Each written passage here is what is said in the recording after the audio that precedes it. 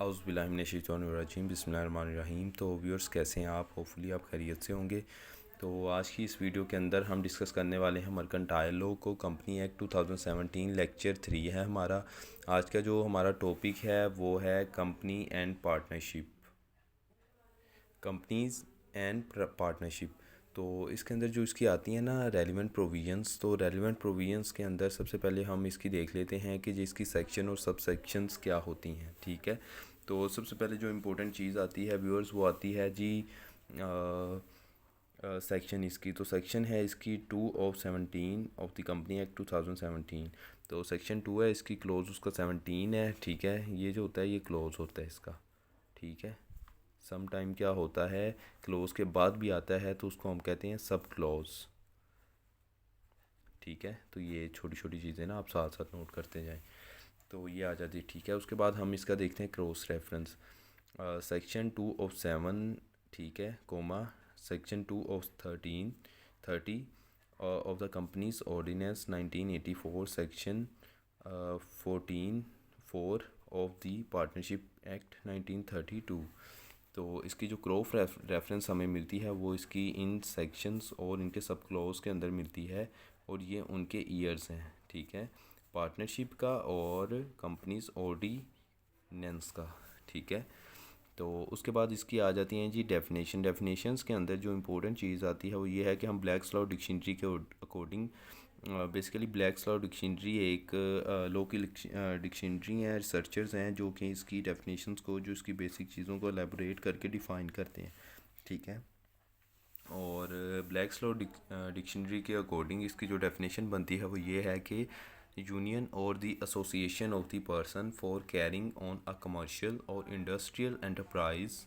ठीक है, एक ऐसी यूनियन या एसोसिएशन लोगों की जो कि कमर्शियल इंडस्ट्री या एंटरप्राइज को रिप्रेजेंट करती है। ठीक है, तो ये एक चीज़ आ जाती है इसकी डेफिनेशंस के अंदर। तो इसके जो फीचर्स हैं पार्टनरशिप के वो आ जाते हैं जी लिमिटेड लाइफ। जो पार्टनरशिप के फीचर्स होते हैं उसकी लाइफ स्पैन जो होता है वो लिमिटेड होता है। ठीक है, उनकी जो लायबिलिटी होती है, ठीक है, वो लिमिटेड होती है। उसके अलावा उसकी जो को ओनरशिप होती है ऑफ द प्रॉपर्टी, वो उसके फीचर्स के अंदर आता है पार्टनरशिप एक्ट के अंदर। ठीक है, और उसके अंदर बाद आता है जी पार्टिसिपेशन इन इनकम। ठीक है, इनकम के अंदर जो पार्टिसिपेशन होती है वो भी इसके अंदर आती है। ठीक हो गया, बेसिकली यही मीन्स के वो 3-4 चीज़ें हैं जो इसके अंदर डिस्कस की गई हैं पार्टनरशिप के अकॉर्डिंग। और उसके बाद द मोस्ट इम्पोर्टेंट थिंग जो इसकी होती है वो इसके एग्रीमेंट्स होते हैं। ठीक है, जो इसके एग्रीमेंट्स होते हैं वो किन के दरमियान होते हैं, वो दो पार्टनर्स के दरमियान होते हैं। बिटवीन, ये देखें, बिटवीन टू पार्टनर्स। ठीक हो गया, तो बिटवीन टू पार्टीज़ और बिटवीन टू पार्टनर्स इसके जो कॉन्ट्रैक्ट होते हैं वो होते हैं। ठीक है, और दूसरी चीज़ ये आ जाती है कि आज का हमारा ये जो लेक्चर था, लेक्चर नंबर 3 था मर्केंटाइल लॉ का, कंपनी एक्ट 2017 का।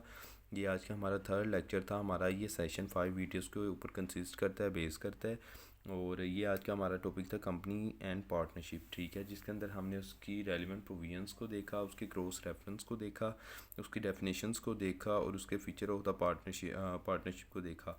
तो ये आज की इस क्वेश्चंस की आप कह लें कि बेसिक, और आज ये फर्स्ट वीडियो थी इसकी पार्टनरशिप एक्ट की। इससे पहले हमारे 2 लेक्चर्स हैं, अगर आपने अभी तक वो नहीं देखे तो मैं आपसे रिक्वेस्ट करता हूँ कि आप वो देख लें ताकि आपको अच्छे से इन चीज़ों की समझ आ जाए।